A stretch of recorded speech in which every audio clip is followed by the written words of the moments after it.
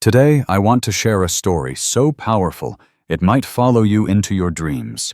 Born beneath a burning western sky, where the wind carries both prayers and bullets.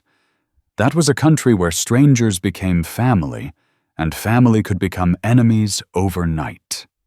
It all started with a single glance, nothing more than a heartbeat, yet enough to ignite a fire no storm could put out. Before we kick off this adventure, don't forget to hit like on the video and let us know in the comments where you're watching from. Those were days when the sun beat the land into a blazing sheet of copper and rust. Back east, men in pressed coats leaned over polished tables and spoke of the West as if it were a blank page. They called it a fresh start, a silent kingdom waiting for brave hands to shape it. They swore it was empty ground, a sleeping giant with no voice of its own. But they were dead wrong. The wind argued otherwise. If a person stood still long enough, past the creak of wagon axles and the slow groan of tired oxen, they could hear the truth drifting through the dust like a warning. That same wind carried rumors of blood between the Iron Rut folk and the Red Echo Band. We weren't stepping into an abandoned room at all. We were walking into a house already burning from the inside. Let me take you to Thirst Ridge. Picture a thin train of wagons crawling west, canvas flapping like wounded birds. Families chasing promises they barely understood, crossing ground that had never asked for them. Among those hopeful travelers was a young woman named Eloin Pryor. She had just turned 22.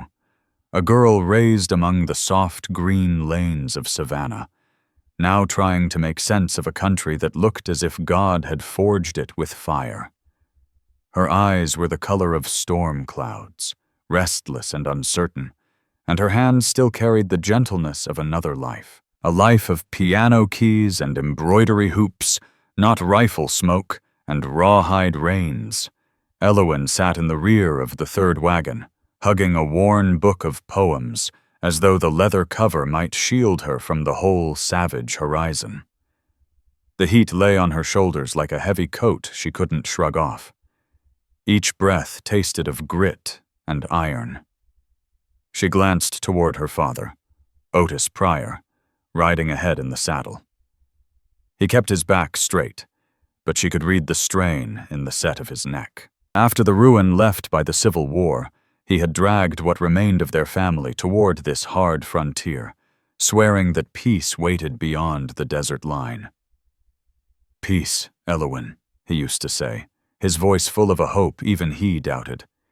"There's a calm place past the last mile of this country." She had tried to believe him. She had wanted to imagine white fences rising from the dust and church bells ringing over tame streets. But peace out here was a fairy tale. The desert didn't bargain with dreams. It dealt only in survival. She watched the cliffs sliding by, the tall saguaros standing like mute guardians, and felt a shiver that had nothing to do with the temperature. As the afternoon bled away, the sun poured itself across the sky in savage colors, purple bruises and burning orange.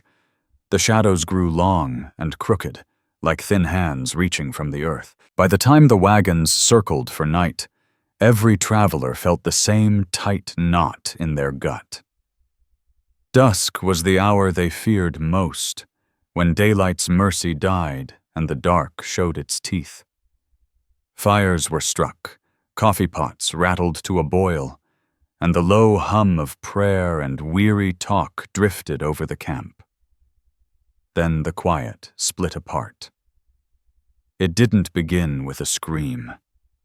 It began with a sound like a dry limb breaking, only louder, sharper, multiplied 100 times. Out of the canyons came the Red Echo Band. To Eloin's terrified eyes, they seemed less like men than spirits torn from the stone itself. Their faces were streaked in red clay and ash, and their war cries cut the twilight clean in two. The world unraveled in a heartbeat. Rifles cracked, fierce and sudden. Horses shrieked and reared, smashing wagon poles to splinters. The air that had smelled of sage and boiled coffee turned thick with the bitter stink of powder. Eloin didn't make a sound. Her throat had closed like a fist. Instinct dragged her beneath the wagon bed. Her mother's silver locket clenched so tight her fingers ached. She pressed her face into the dirt. She prayed for dawn. She prayed for stillness. She prayed for a miracle that never intended to come. Men shouted, and somewhere she heard Otis Pryor's voice among them. The fight was savage but short. These were shopkeepers and farmers, not warriors born to this country. When the smoke thinned, the silence felt worse than the gunfire. Shopkeepers and field hands. They had no chance against fighters who knew every cut of this valley, like the lines on their own palms. When the smoke at last thinned, the quiet that followed felt heavier than the gunfire ever had. The wagons burned low, throwing crooked, swaying shadows across the stone walls. Some men lay still. Others vanished into the black mouth of the desert. Eloin Pryor stayed flat in the dirt, her heart battering her ribs like a bird locked in a crate. She told herself they might ride on. She told herself she was small enough, silent enough, to be missed. Then the canvas above her head was torn away. Hard fingers clamped around her ankle. She was hauled out of her hiding place, her knees scraping raw on the gravel.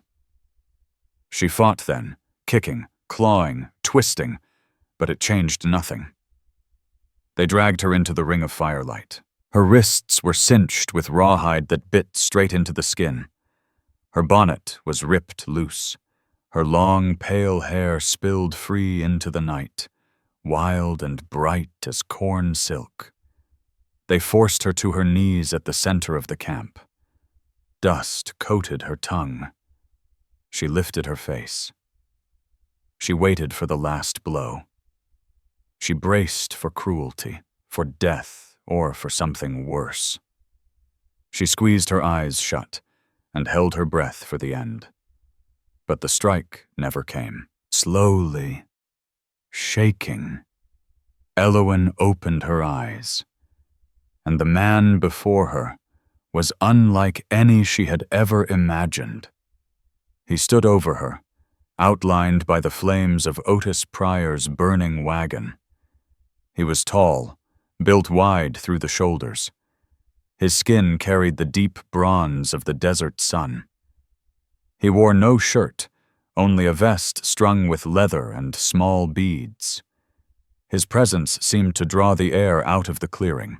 His hair was black as wet stone, falling to his shoulders. Yet it was his eyes that caught her. Dark, steady, terribly deep. They held anger and sorrow in the same breath. This was Sora, leader of the Red Echo Band. The Iron Rut folk back in town spoke his name the way men speak of storms, calling him a devil, a ghost. But staring up at him now, Eloin saw no devil. She saw a man shaped from iron and dry earth. He did not raise a hand to her. He did not even speak at first. He only studied her face as if she were a riddle he meant to understand. Around them the raid still churned, horses being rounded, supplies taken.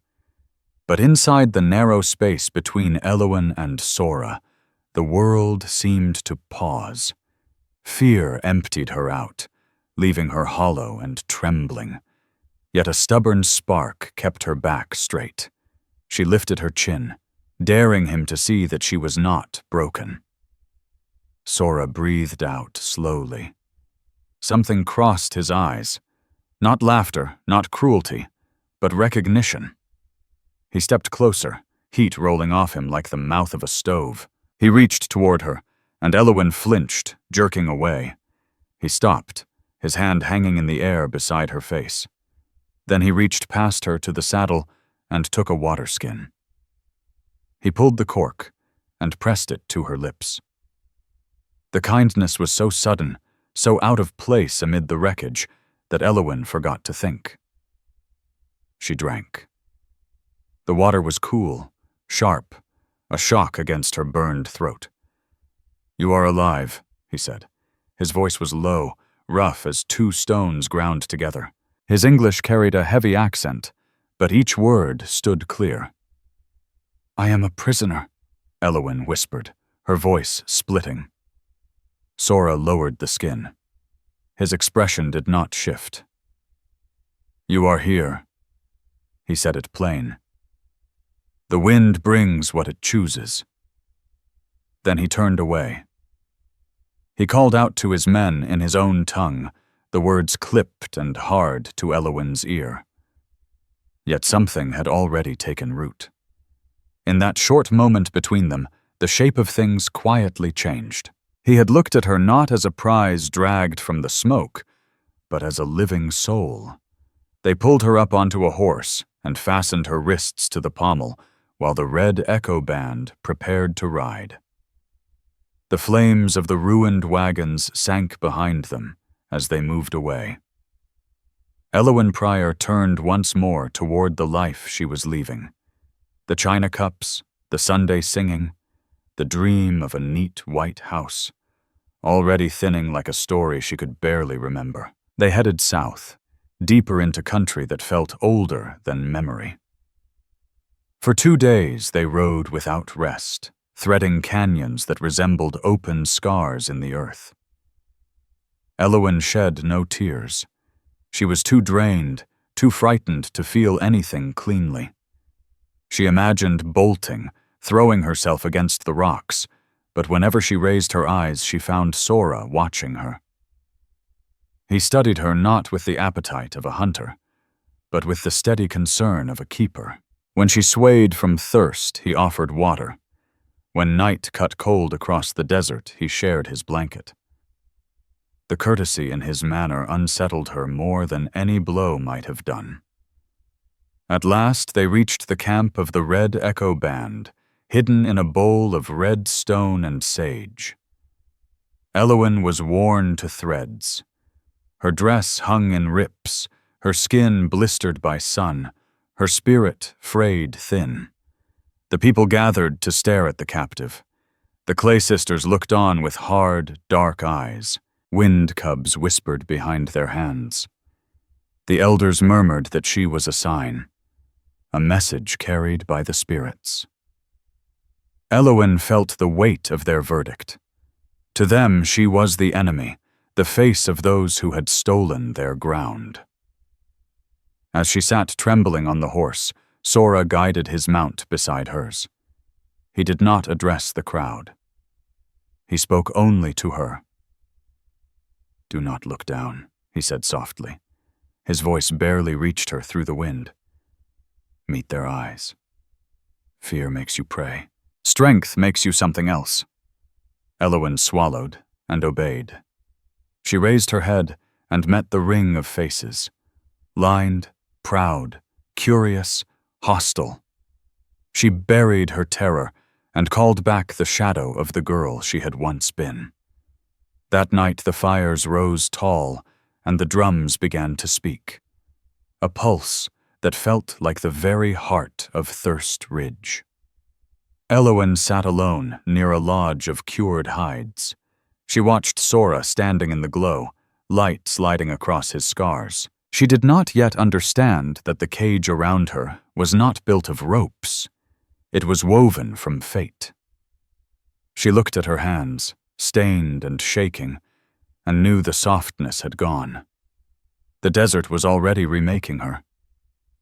As the drums echoed from the canyon walls, Eloin closed her eyes and wondered if she would live long enough to learn the woman she was becoming. The days after the raid did not move like the time she had known. Back in Savannah, hours had been counted by the tall clock in the hall, by church bells, by the regular knock of the post. Out here, in the wide open throat of the desert, time was measured only by the sun, by the burn on skin, and the ache in bone. For 2 more days they pushed south, farther into a land that seemed shaped by fire and forgotten by mercy. Eloin rode with her wrists bound. Her body cried out with weariness, yet she did not weep. Fear had scooped her hollow, leaving a cold echo inside her chest. Still, pride, stubborn and unbending, kept her spine straight. She planned escape. She studied the rocky gullies and the endless brush, judging the distance to freedom. But every time she did, she found Sora's gaze waiting. The idea would rise in her mind, and each time she lifted her eyes, she found Sora studying her. He did not carry himself like a jailer guarding stolen goods. He rode with a quiet, grave composure. He never laid a hand on her. When the sun stood straight overhead, and Eloin Pryor swayed in the saddle, dizzy from the heat, he was the one who drew alongside and offered a skin of water. He said nothing. He only held it out, his dark gaze measuring her, watching to see whether she would shatter. When the desert nights fell sharp and cold, stealing warmth from bone in a single breath, he shared his blanket. It was not tenderness, it was simple survival. Yet in those small mercies, the water, the wool, the steady silence, Eloin began to sense that her captivity was less a cage of cords than a trial of her own spirit. At last they came to the stronghold, hidden in a canyon brushed with red stone and sage, a fort made not by timber, but by the shape of the land itself. As the riders picked their way down the narrow path, the camp opened before them. To Eloin, it seemed another world, smoke curling from cook fires, wind cubs chasing each other in the dust, the rhythm of a life that had breathed here long before any map was ever drawn. But the welcome held no warmth. The people gathered to see the pale-haired prisoner. The Clay sisters stared with hard, unbreakable eyes. Children whispered behind their palms, pointing. Old men muttered that she was a spirit, a dark sign sent by the gods to weigh their courage. Eloin felt their gaze like a stone laid on her chest. Here she was, the enemy, the shadow of the world that pressed to swallow them whole. Tired and trembling, Eloin faced them. She lifted her chin and answered their looks with the gray storm in her own eyes. She would not gift them her fear. Sora dismounted and spoke to his people. Eloin could not follow the words. The tongue of the red echo band sounded to her like wind over broken rocks, sharp edges mixed with low murmurs. Yet she felt the force of his command. When he finished, the camp grew still. A broad, matronly woman stepped forward. This was Meha, Sora's kin. Her skin was lined like sun-dried leather, her eyes keen enough to peel bone from flesh. Sora turned to Eloin. "You will stay with her," he said. His English came slow, but certain. "You are not a guest. You must labor to live." And so the unwinding of Eloin Pryor began. She was led to a lodge of hides, expecting bars. Instead, she found a home. Meha's manner held no cruelty, only firmness. She placed a grinding stone before Eloin and pointed to the corn. There was no pity in Meha's face, only expectation. If Eloin wished to eat, she would work. The first weeks blurred into pain and confusion. Eloin's gentle hands, once shaped by needlework and piano keys, split and bled. She learned to grind corn on a slab until her arms burned with a heat she had never known. She learned to braid yucca into rope, the fibers slicing her fingers. She learned to carry water from the creek, the heavy clay jars bruising her hips. She waited for the chance to flee. Each night she lay awake, listening to coyotes and the restless wind, mapping her escape. But the desert showed no mercy. There was no stream within reach, no road, only the wind carving gullies through the red stone. With a sinking heart, she understood she would perish long before any town. So, she remained. And as the weeks turned into months, something altered. The blisters on her hands hardened into calluses. Her skin that had once been pale as fine china, deepened to a warm, sun-forged bronze. The sounds of the camp, the laughter of wind cubs, the measured chants of the elders, the scent of roasting meat and sage smoke began to feel less like clamor and more like a steady pulse. The world she had known, Otis Pryor's white-walled house, her mother's delicate cups, the rise of hymns on a Sunday morning, all faded like a song she could no longer finish. In their place stood the raw, vivid life of the canyon. And there was Sora. He came often to her lodge, though in the beginning he spoke little. Silence clung to him like a coat. At times he brought small offerings, a comb carved from cedar, a hawk feather, a handful of sweet berries. He would sit by the fire while Meha worked, his presence solid and strangely compelling. Gradually he began to talk to her, not of battles, but of the country around them. He spoke of the land as if it breathed and listened. He told her of the eagles that nested high on the cliffs, fierce and faithful. He told her how the pale men had broken promises and slaughtered the buffalo, leaving the earth hollow and mourning. He never spoke of love. He spoke of balance, of the path set by destiny. "Why do you tell me these things, Eloin?" he asked one evening, her voice rough from the dry wind. "I am one of them." Sora looked at her, the firelight moving in his dark eyes.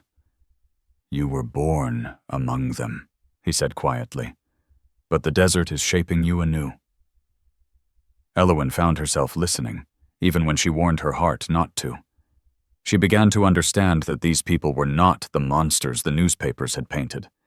They were human, proud, scarred, and still unbroken. She saw Sora not as a savage, but as a leader weighed down by a grief he could not name, fighting a war he had never chosen. The change arrived with the rain. It was late summer when the heat finally split. Clouds, purple and heavy as bruises, rolled across the mesas. The air turned thick and alive. When the first drops fell, the camp burst into gladness. Wind cubs ran out, lifting their faces to the sky. Eloin stood outside Meha's lodge, watching the storm. The rain soaked her dress, clinging to her skin, cooling months of gathered fire. She closed her eyes and let the water slide over her face, washing away dust, fear, and anger. When she opened them, Sora was there. He watched her, rain running through his dark hair, his chest rising and falling with the storm's rhythm. He did not reach for her. He only remained beside her. Two small islands in a gray sea. "Do you hate me?" he asked. The question hung between them, delicate and dangerous. Eloin hesitated. Months earlier, the answer would have leapt out in fury. But now she looked at the man who had fed her, who had guarded her, who had shown her the spirit of Thirst Ridge. "I don't know," she whispered. "I should. But I don't." Sora stepped nearer. The rain closed the rest of the world away, drawing the universe down to the space between them. "The desert changes everything," he said, his voice low and fierce. "It strips what is false and leaves only what is true." Eloin lifted her eyes to his, and for the first time, she did not see a captor. She saw a man. She saw the loneliness he carried. She understood that beneath the paint, and the pride, his heart beat no differently than her own. From that night forward, the tension between them began to grow. It was no longer fear that lived in her chest. It had sharpened into something keener, deeper, a curiosity that leaned close to yearning. Eloin Pryor felt it each time Sora's eyes rested on her from across the fire, each time his fingers brushed hers while he passed a skin of water. It was as if the ground itself had shifted, as if gravity had changed its mind. She began to learn his tongue. Meha urged her on, smiling that knowing, tooth-worn smile. "To know the man, you must know the words," she would say. And so Eloin learned. Mirage for 3, shash for bear. Through those sounds, she started to hear the spirit of the people. One evening, the drums began to speak, not with the wild tempo of battle, but with the slow, steady beat of the harvest dance. The air carried the scent of roasted corn and pine smoke. The Red Echo Band gathered in a broad ring around the flames. Eloin sat at the edge, watching. She still felt like a stranger, a ghost haunting the rim of their joy. Then Sora rose. He crossed the circle, the firelight shining on his bronze skin. The murmur died away. Every eye followed him. He stopped before Eloin and offered his hand. "Come," he said. Eloin froze, her heart drumming against her ribs. "I don't know the steps," she faltered. Sora kept his hand raised. He looked at her with that steady, piercing gaze that stripped her defenses bare. "Then follow my heart," he said slowly, as if the words carried their own music. Eloin reached out. Her pale fingers seemed small and fragile in his dark, calloused grip. He drew her to her feet, and the warmth of his touch ran through her like bright lightning. It was not command. It was shelter, a grounding weight. They moved into the ring. At first, Eloin was stiff, afraid of misstep, but Sora guided her, his movements flowing despite his size. His feet marked the rhythm of the drums. Eloin watched and matched him, swaying beside him. The drums deepened, trembling up through her soles. The chanting rose around them, a low harmony that vibrated in her bones. And without warning, the fear slipped away. The sorrow slipped away. Eloin tipped her head back, the fire catching in her loose, untamed hair. For the first time since she had been taken, she felt no dread. Only the fierce, startling joy of belonging. She was no longer the girl from Savannah, Georgia. She was a woman of Thirst Ridge. She was alive. When the dance ended, they stood breathless, close in the flicker of light. The air between them hummed with things unspoken. Sora leaned near. His breath warmed her ear. "The desert wears 2 faces," he murmured. "One of death and one of life. You have seen them both." Eloin turned to meet him, her eyes bright with the stars crowded above the canyon rim. She felt reckless, undone. "And which am I?" she asked. Sora gave a rare, faint smile that softened the hard lines of his face. He reached to a pouch at his belt and drew out a bundle wrapped in soft hide. He took her hand and set the object in her palm. Eloin unfolded the leather. Inside lay a charm, forged from beaten silver, cool and weighty. Not the eagle of his people, but a wolf. A silver wolf, caught mid-stride, its head turned as if listening to the wind. "The wolf guards," Sora said softly. "It stands loyal to the pack, yet walks its own trail. It endures the winter while others turn to ice." He searched her eyes, and the force of that look made Eloin Pryor feel her knees weaken. "You are more than a captive, Eloin. You are the storm that stands between worlds." He did not kiss her. he had no need. The words reached deeper than any touch.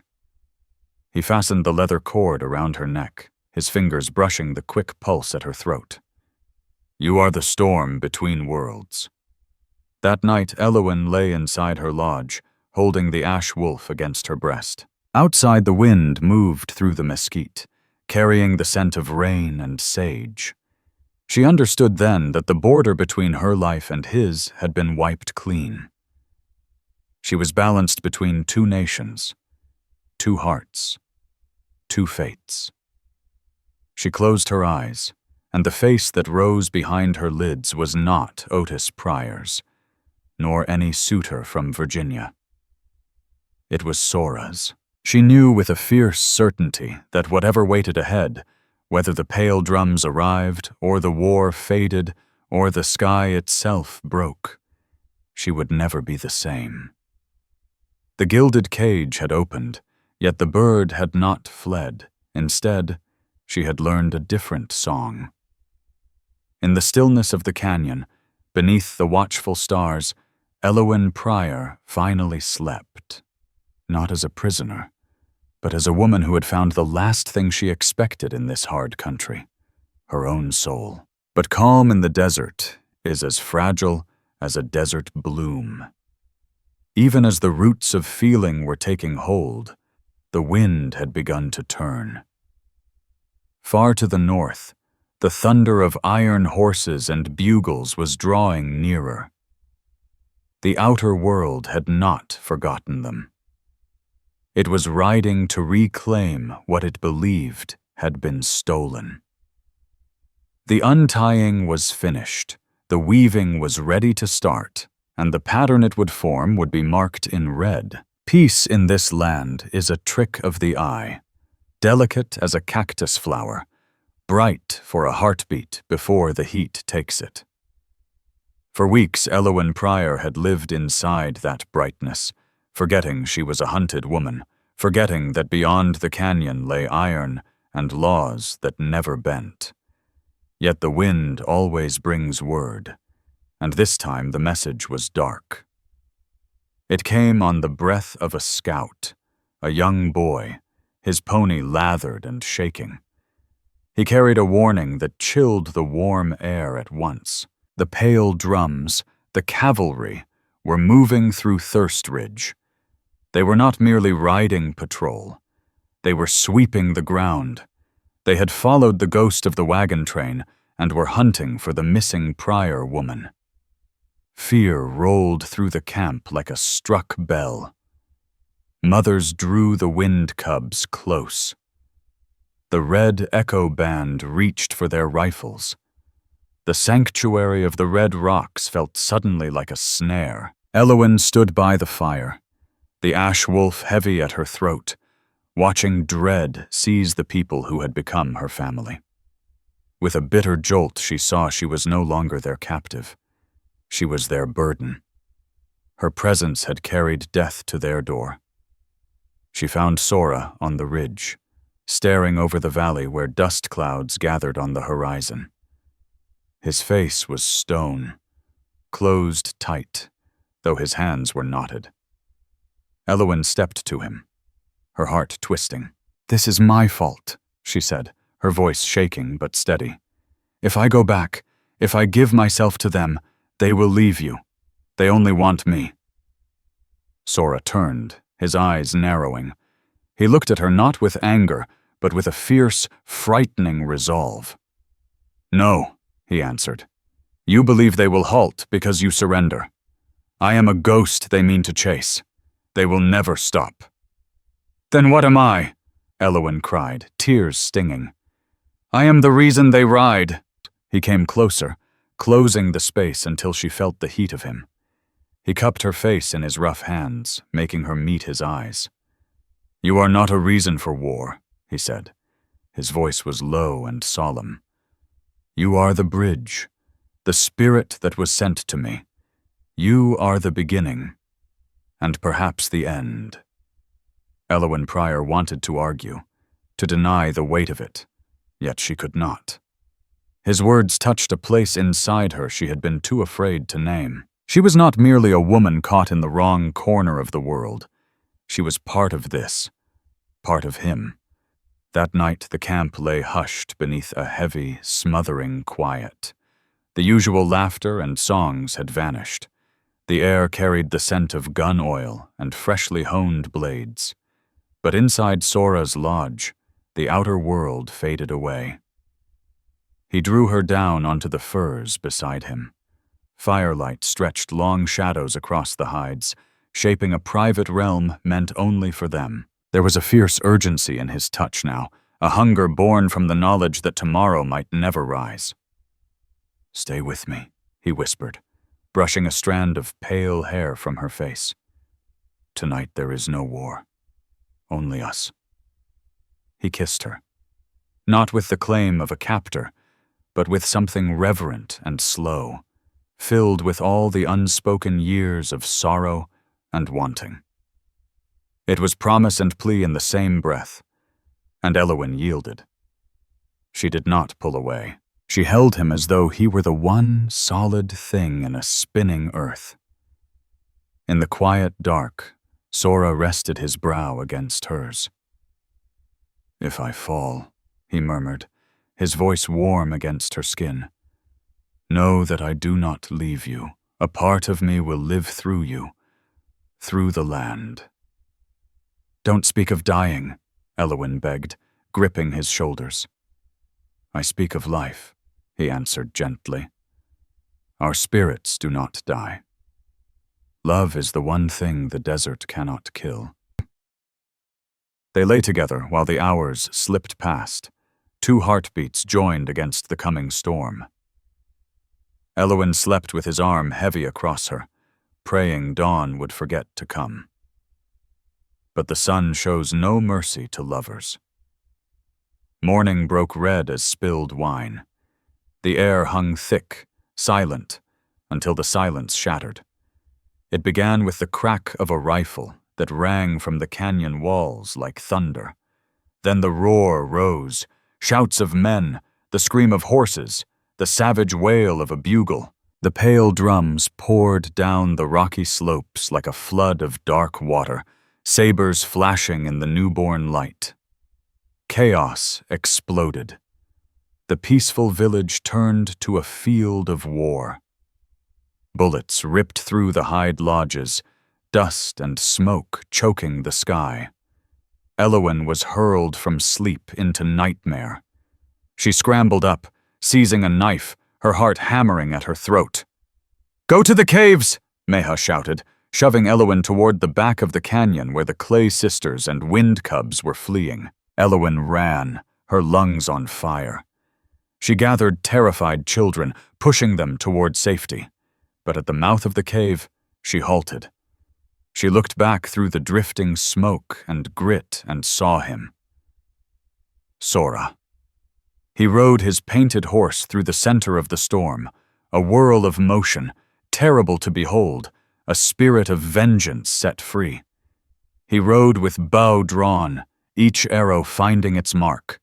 He was holding the line, buying breath for his people to escape. He fought with a calm, lethal grace, cutting through the madness as if he danced with death itself. Yet there were too many. For every soldier that fell, 3 more seemed to rise in his place. The army had brought wagons and cannon, fire and iron. They meant to wipe this place from the face of the earth. Eloin Pryor felt something break loose inside her. She could not leave him. She could not hide in the dark while he burned in the open day. Crying his name, she turned and ran back into the blaze. "Sora!" He heard her, even above the roar of rifles. He turned, and disbelief crossed his face, followed by raw terror. He waved her away, shouting for her to go. But fate is a cruel judge. That single moment cost him a heartbeat, and a heartbeat is all death requires. A rifle cracked from the ridge above, a sharp, unmistakable sound Eloin felt in her own bones. Sora lurched backward. The blow tore him from his horse. He struck the ground hard, dust rising around him like brown smoke. "No!" The scream ripped from Eloin's throat, wild and broken.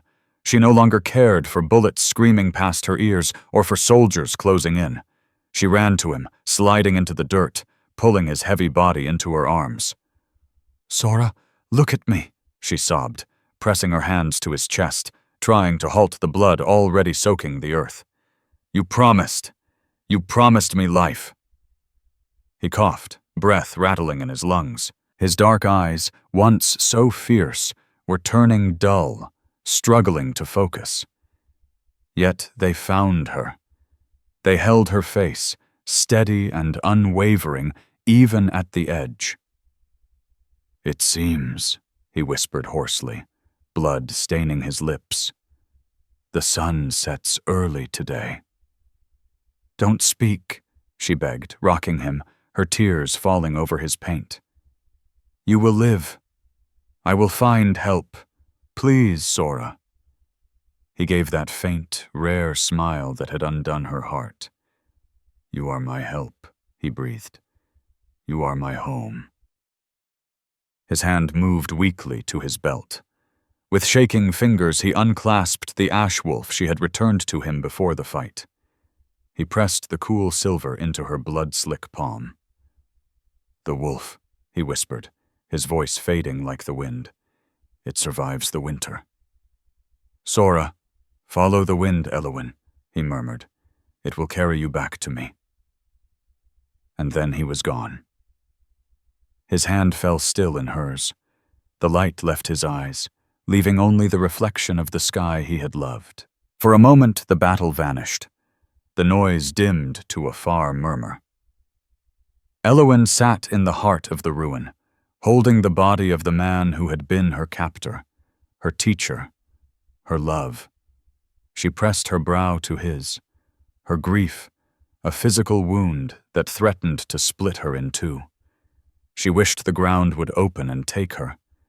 She wished to lie beside him and turn to stone. Then rough hands closed on her shoulders and the spell shattered. Soldiers were shouting, tearing her away from him. "Leave him!" she screamed, fighting like a wild thing, striking at those who pulled her back. "Don't touch him!" "It's the Prior girl," a soldier yelled. "We've got her! She's alive!" They dragged her toward the wagons, away from the only life she cared for. She twisted in their grip, looking back one last time. Sora lay motionless in the red dust, alone beneath the storm of iron. Eloin clutched the ashwolf so tight the metal cut her palm. She did not say goodbye. She could not. As they hauled her toward a civilization she no longer knew, she felt a strange, fluttering tremor deep within her womb. A secret, a legacy. The sun had set early, yes, but night never holds the world forever. As the wagon lurched forward, leaving Thirstridge behind, Eloin Prior whispered a vow to the wind. "I will survive the winter." The road back to Tucson felt like a burial march for a woman still breathing. Eloin sat in the rear of the army wagon, her hands bound not by rope, but by the crushing weight of a life she no longer recognized. The soldiers rode straight-backed, eyes fixed ahead, certain they had carried out a noble rescue. They believed they had pulled a maiden from darkness. They did not see they were dragging her into it. Captain Hask Wren kept beside the wagon, looking down at her with a mix of pity and distaste. "You've been out there too long, Miss Prior," he said, shaking his head as he spat in the dust. "You've gone native. Don't fret. Civilization will remind you who you are." Eloin gave no answer. She watched the horizon where the red walls of the canyon faded into a purple bruise. "I know exactly who I am," she thought, "and I am not yours." As the wagon jolted over the rough brush, a wave of dizziness passed through her. It was not heat nor grief. It was something else. A subtle stirring, a tremor of life. Eloin placed her hand instinctively over her stomach, and in that quiet, amid the groan of wheels and the clink of spurs, she knew. The truth struck her breathless. Sora had said he would leave a part of himself behind. He had sworn that love was the one thing the desert could not kill. She was not empty. She carried a life within her, a child born of fire and devotion, a child of two worlds. Tears rose again, but this time they were not tears of despair.